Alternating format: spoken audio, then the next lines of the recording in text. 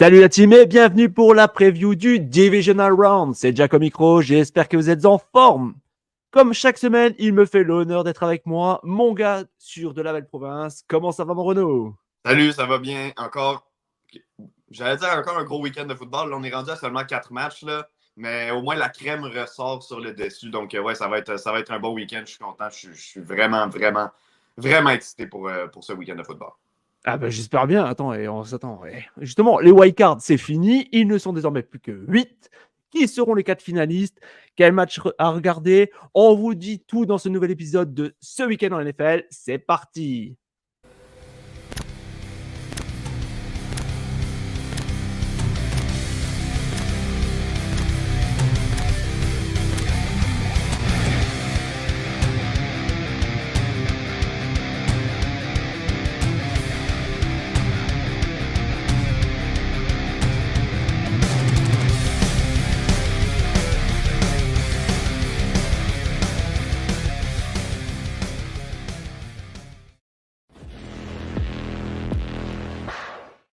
Cette semaine, 4 matchs, 2 le samedi et 2 le dimanche. Attaquons donc par la session du samedi à 16h30 sur la côte Est et à 22h30 en France.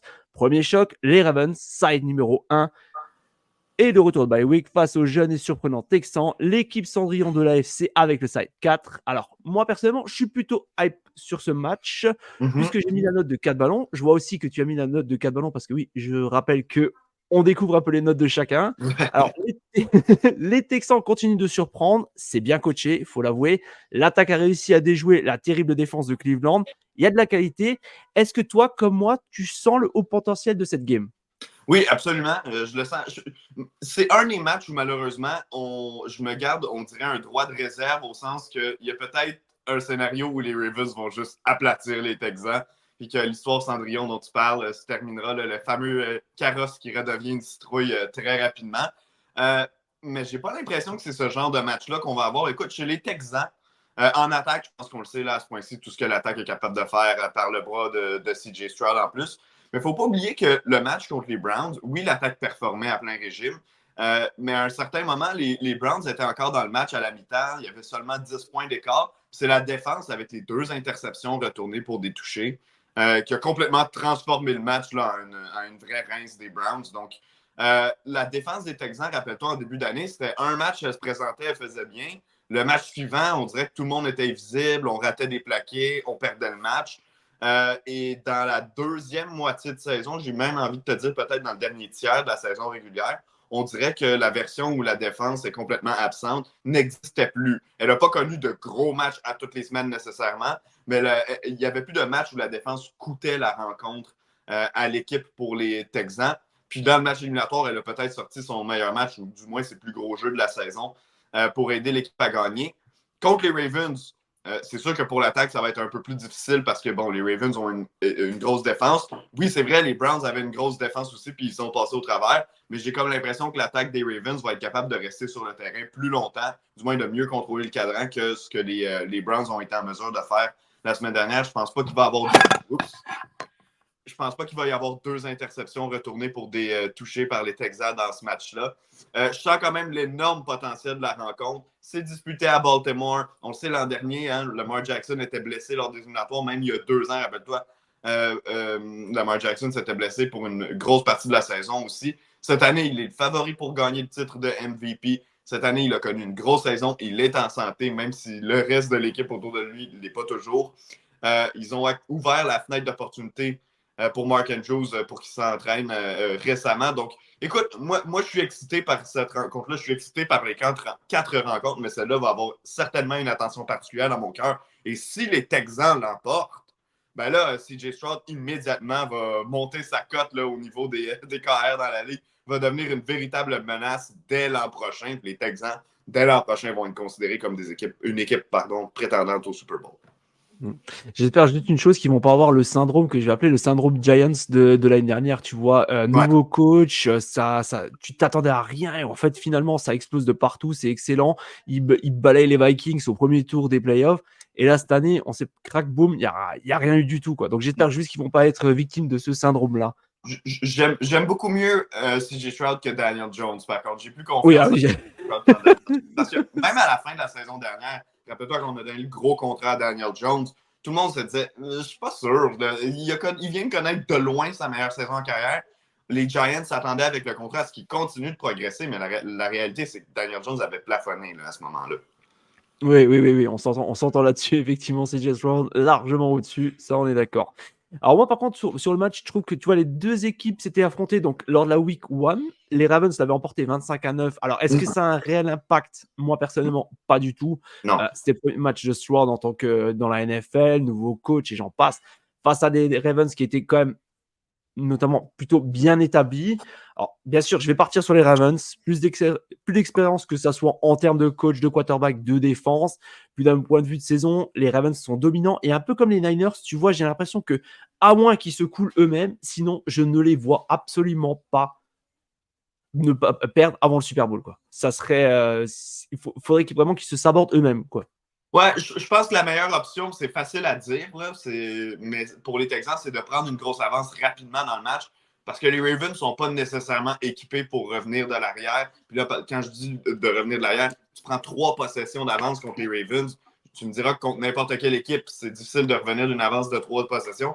Mais pour une équipe comme Baltimore qui aime beaucoup courir avec le ballon, en fait, qui, oui, est capable de passer, on l'a vu cette année, le ballon, mais est-ce qu'ils ont été vraiment mis dans des positions où ils n'avaient pas le choix de passer, où il fallait complètement couper le jeu au sol? C'est pas arrivé souvent là, du côté de Baltimore cette année, puis je pense pas que ce soit une équipe équipée pour ça. On dirait que j'hésite à appeler le upset pour le plaisir, mais non, je pense que je vais être raisonnable sur celle-là, puis je vais y aller avec Baltimore. Ouais, oui, je pense que là, sur ce coup-là. Bah, d'ailleurs, tu vois, je voulais pas la sortir cette semaine, la stat-là, mais je viens de voir un truc intéressant. Donc, Baltimore a perdu 4 matchs cette saison. Sur les 4, ils en ont perdu 3 déjà contre des équipes de leur division et c'était à chaque fois contre 3 grosses défenses. Alors, maintenant, je me rappelle plus exactement. Je sais qu'il y en a eu 2 contre Pittsburgh notamment. Ouais. Il y en a eu un autre. Alors, je sais qu'ils en ont perdu un contre les Colts, ils en ont perdu un autre aussi. Et 3 des 4 matchs, en tout cas, c'était des matchs vraiment contre des big défenses, quoi. Donc, je pense que ça pourrait vraiment être le. Et c'est contre Cleveland, voilà. Exact. C'est contre Cleveland. Donc, je pense que ça pourrait avoir un impact, mais contre des Texans encore jeunes et tout. Non, là, j'y crois pas. J'y crois pas. J'y crois pas du tout. On s'entend sur celle-là. Écoute, ce On serait chipote. spectaculaire. Je souhaite que les Texans soient dans le match. Hein. Je souhaite qu'ils nous offrent un bon match. Même que je détesterais pas de voir les Texans gagner puis causer la surprise. Puis combien de fois est-ce qu'on a vu l'équipe, ou dans le temps qu'il y avait 2 équipes par conférence, là, qui avaient des semaines de congé, mais voir les équipes en congé, revenir du congé puis être surpris par une équipe Cendrillon, justement. C'est arrivé à quelques reprises là, au cours des dernières années. Je pense que ce ne sera pas sur ce match-là. Ouais, surtout, je crois que les 2 dernières saisons, les 2 équipes qui avaient le side one en NFC et en AFC étaient à chaque fois au Super Bowl. Il me semble de mémoire. Ah Je oui, crois. ok. Donc, donc ça risque d'être dur. Jamais 203 comme on dit chez nous. Ouais. Allez. Second match et direction la Californie. Rendez-vous à 20h15 sur la côte Est et à 2h15 en France. À chaque fois, je le dis, bande de vénards. Les 49ers, numéro 1 en NFC, accueillent les Packers, numéro 7 et surprenant vainqueur des Cowboys la semaine dernière. Alors, personnellement, c'était le match que j'ai mis à 5. Vous connaissez tous mon coup de cœur pour les 49ers et leur jeu. Puis, force est de constater quand même que Green Bay réalise de plus en plus souvent de très bons matchs. Il y a des bons points, il y a de bons joueurs. Maintenant, alors Renaud, est-ce que les Packers ont réellement une chance face à l'ogre de la Californie? Je pense que oui, puis c'est surprenant parce que rappelle-toi, à l'ère de Aaron Rodgers, les 49ers avaient le tour des Packers. Ils les éliminaient pratiquement toujours des éliminatoires quand ils se croisaient. Bon match, mauvais match, ça terminait toujours du côté des Niners. Puis le match de la semaine dernière a vraiment convaincu beaucoup de gens, je pense, du côté de Green Bay. Jordan Love, on a parlé de CJ Stroud qui a été exceptionnel dans son match contre les Browns, mais Jordan Love a été excellent aussi là, contre les Cowboys. Ils ont tout simplement jamais laissé la chance aux Cowboys de revenir dans le match. Mis à part à la fin, tu me diras, où on a sorti les partants puis les Cowboys se sont mis à marquer des points. Mais dans les faits, il était trop peu, trop tard. L'attaque en rajoutait. Puis quand on est arrivé en deuxième demi, on s'est dit, bon, les Cowboys vont se tenter un gros retour. Ben, on a continué à piler les points, piler les points, piler les points. Donc, pour les Packers, ça a peut-être été le match le plus impressionnant. En fait, assurément, ça a été le match le plus impressionnant de toute leur saison. Maintenant, est-ce qu'ils peuvent le faire 2 semaines de suite? Est-ce qu'ils peuvent le faire contre une équipe avec la confiance des 49ers? Écoute, étant donné la situation, étant donné l'ère Aaron Rodgers qui est venu, on dirait, mettre une malédiction sur les Packers contre les 49ers. J'ai envie d'appeler l'upset cette fois-ci. Les Packers, donc, qui vont à Santa Clara, qui vont battre les 49ers dans un match extrêmement serré qui va peut-être même nécessiter, qui va nécessiter la prolongation. Oh, mais il est chaud là, ça fait 2-3 semaines, je te sens chaud là, ça y est, tu débrides là.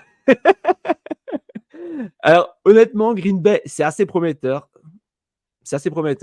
mais c'est beaucoup trop jeune et faible pour être un peu plus qu'un poil à gratter, parce que franchement, les Niners, c'est mission Super Bowl, on va pas se le cacher. Ouais. Là, les Packers, je vois mal, ils vont être embêtants.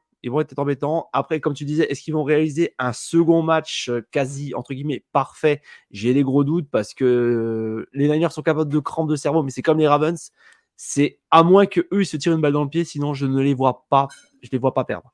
Donc, je vais partir forcément sur les 49ers. Et puis, j'avais dit qu'ils étaient au Super Bowl face aux Dolphins. Donc, au moins un des deux, quoi. Les deux doivent se rendre. Mais tu vois, moi, au début de la saison, je me gardais une réserve au sens où je l'ai fait un peu à la blague et pour les bonnes cotes sur les sites de Paris Sportif, mais j'avais dit Dolphins Packers.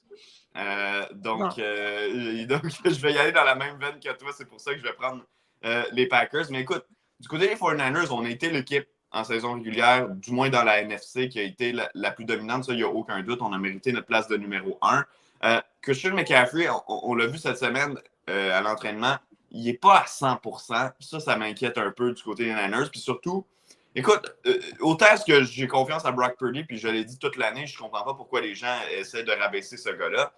Autant est-ce que le match contre les Ravens nous en dit beaucoup.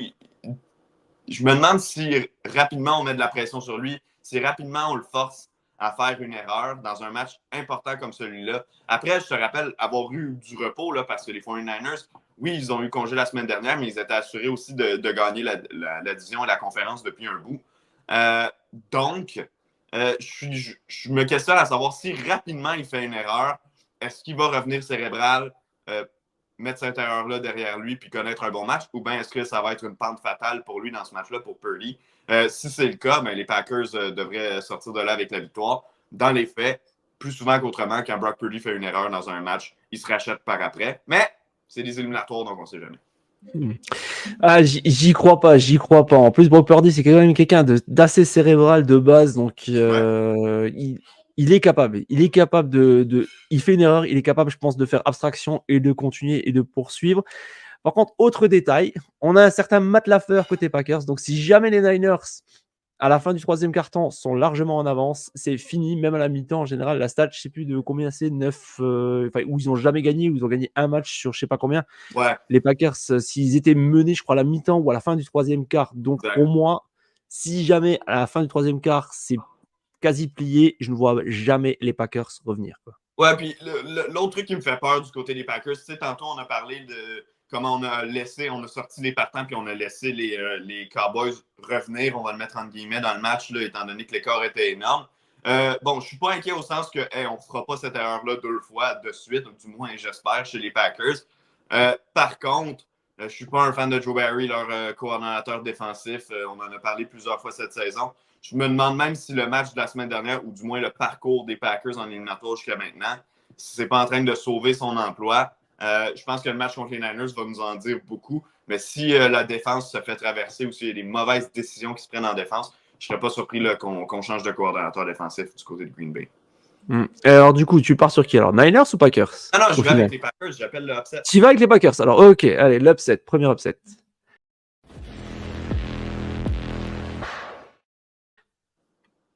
On poursuit avec les deux matchs du dimanche, direction le Ford Field Stadium de Détroit, où les Lions, numéro 3, accueillent les Bucks, numéro 4. Alors, selon toi, même si c'est passé de peu la semaine dernière, est-ce que Détroit ne se serait-il pas enfin libéré d'un certain poids?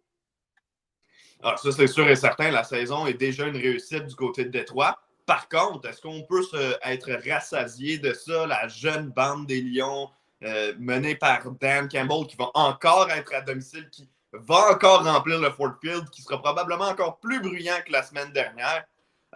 Moi, j'ai l'impression que cette équipe-là ne serait pas du genre, parce que, tu sais, il y a des équipes, des fois, on dirait quand on voit une progression, on se dit, on est satisfait, on lève un peu le pied de la pédale, puis on arrête. J'ai pas l'impression que les Lions soient ce genre d'équipe-là.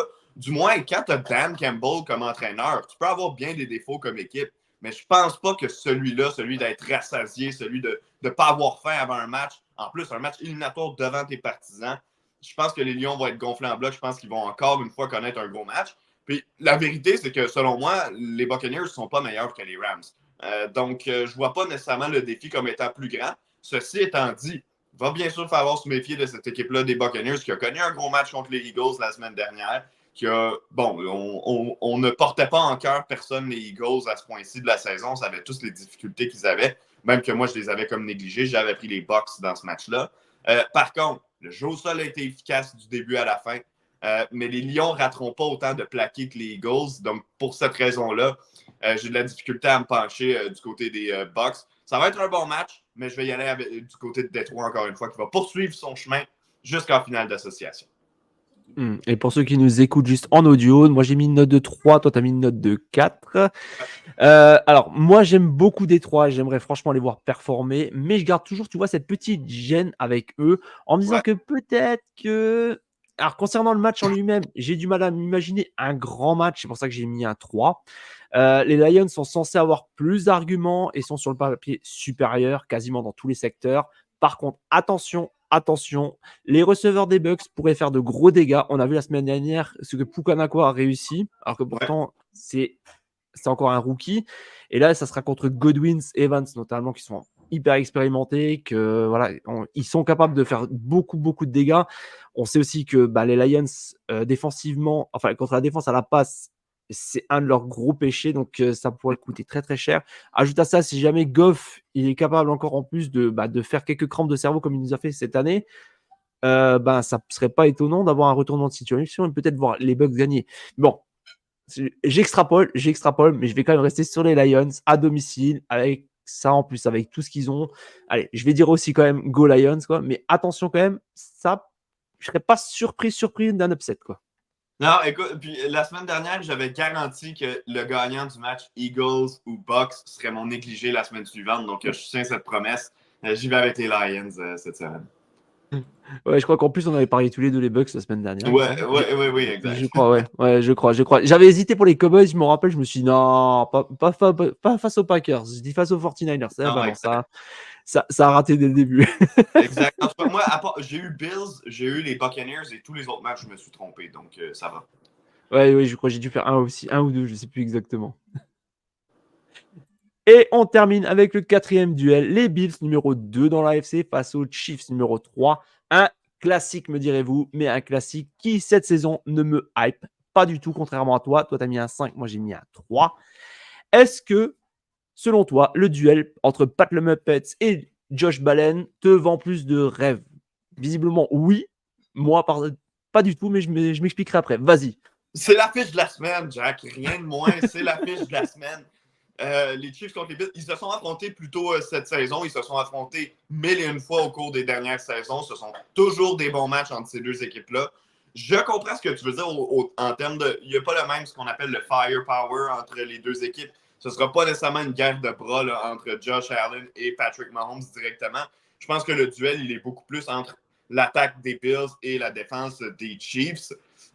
Mais je ne cracherai jamais sur ce genre d'affrontement-là. Je sais que les receveurs n'ont pas fait de jeu de la saison du côté des Chiefs, mais dans un match aussi important, dans un scénario éliminatoire, j'ai comme l'impression que ça pourrait changer du côté de Kansas City, qu'on pourrait réussir. Pas besoin d'étirer le jeu tout le long de la partie, mais 2 longs jeux. Pourquoi pas un ou 2 gros jeux importants de la part des receveurs de Kansas City. Le match va être disputé à Buffalo, bien sûr. Ça, c'est sûr que ça fait toute la différence. Au cours des dernières années, toujours ces matchs-là étaient disputés à Kansas City. Je parle de matchs éliminatoires. En fait, je veux pas dire... Enfin, je sais que je dis pas n'importe quoi. C'est le premier match éliminatoire de Patrick Mahomes sur la route. Donc, la première fois qu'il ne se jouera pas à la maison dans un match éliminatoire. J'ai hâte de voir comment il va réagir dans ce scénario-là.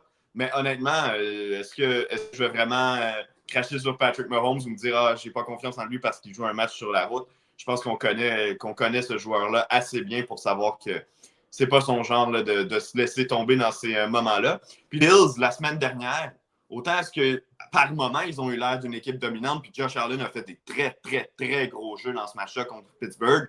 Entendons-nous, si c'était pas de George Pickens qui donnait un ballon gratuitement aux Bills en début de match, le match aurait été beaucoup plus serré, puis je suis pas certain que l'issue aurait été la même. Je pense qu'on a profité de certains, je vais dire bons chanceux, c'est peut-être pas le bon terme, là, mais certaines maladresses de la part de Pittsburgh, qui était une équipe beaucoup moins expérimentée, entendons-nous, en termes d'éliminatoire. Mais je pense qu'on a profité de certaines largesses pour se sauver avec ce match-là. Je ne suis pas certain que ça aurait été le même genre de match si les Steelers n'étaient pas eux-mêmes tirés dans le pied. Je vais prendre les Chiefs sur la route pour gagner ce match-là. Est-ce que c'est moi qui est un hater des Bills? Peut-être. Mais je crois en Kansas City. Ils ont une grosse défense. Ce sera l'équipe à battre.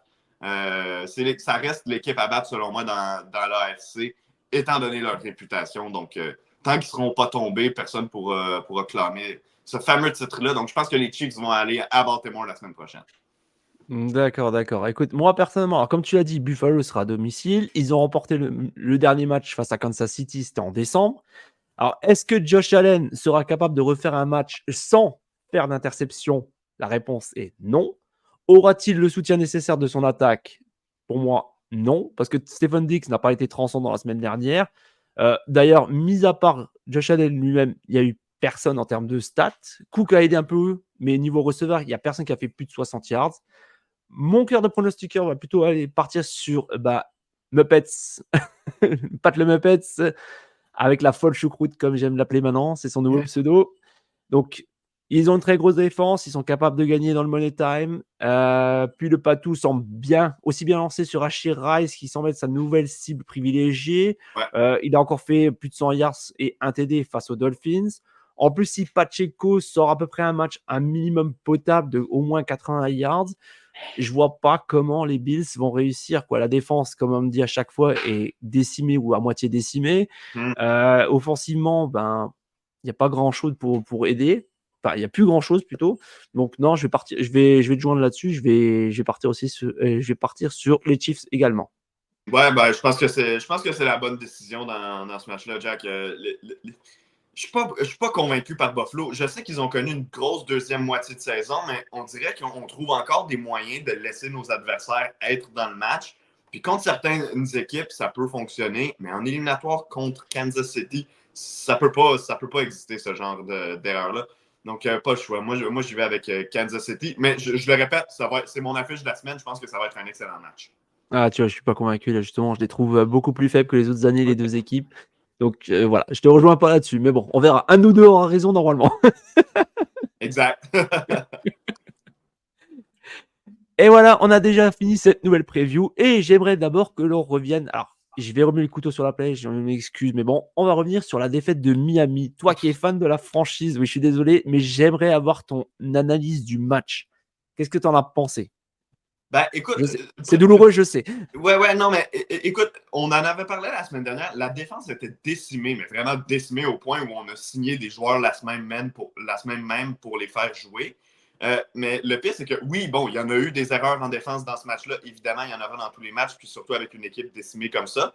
Mais pour moi, c'est pas la défense qui est à blâmer dans ce match-là, c'est l'attaque qui n'a absolument rien fait. Écoute, la température qui était absolument dangereuse, là, on va le dire à ce point-là, le casque de Patrick Mahomes qui a fendu en recevant un coup. Donc, oui, c'était un climat difficile dans lequel aller jouer pour Miami. Oui, il y avait des blessés et tout. Puis oui, on affrontait une excellente défense puis une bonne équipe en Kansas City. Mais pour moi, la performance n'était tout simplement pas à la hauteur. Ça, c'est très, très transcendant, très, très révélateur de la fin de saison des Dolphins qui, on se rappelle au début de l'année, on dirait qu'on parle encore du match de 70 points contre les Broncos de Denver.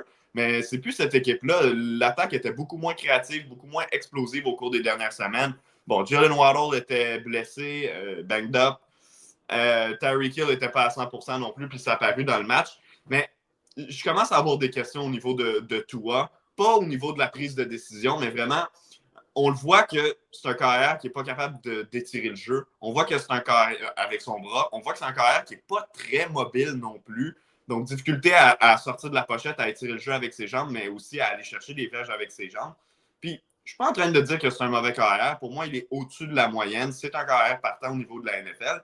Mais pour aller gagner un Super Bowl, on dirait qu'il manque quelques outils dans son coffre qui fait en sorte que peut-être qu'une année où il va avoir une équipe extraordinaire avec la meilleure défense de la ligue, puis une bonne ligne à l'attaque, puis un bon entourage en termes de receveurs porteurs de ballon, peut-être que ça pourrait marcher, mais on dirait que j'aurais pas envie de parier sur lui pour prendre les choses en main dans un gros match. Puis dans ce match-là, l'équipe avait besoin que lui prenne les choses en main, puis il n'a pas été capable de le faire. Tu me diras que c'est un match, c'est correct.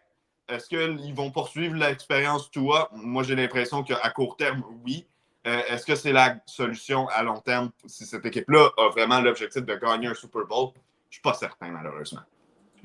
Eh ben écoute, justement, tu me lances bien. En plus, on s'est même pas consulté avant. C'est magnifique Ouais. parce qu'on a entendu parler, on a entendu que l'équipe voulait signer Tua à long terme. Alors, ton ressenti sur le sujet finalement, même si tu l'as un peu donné, est-ce que t'es GM, est-ce que tu le signes ou est-ce que tu le signes pas? C'est parce que ça va coûter cher.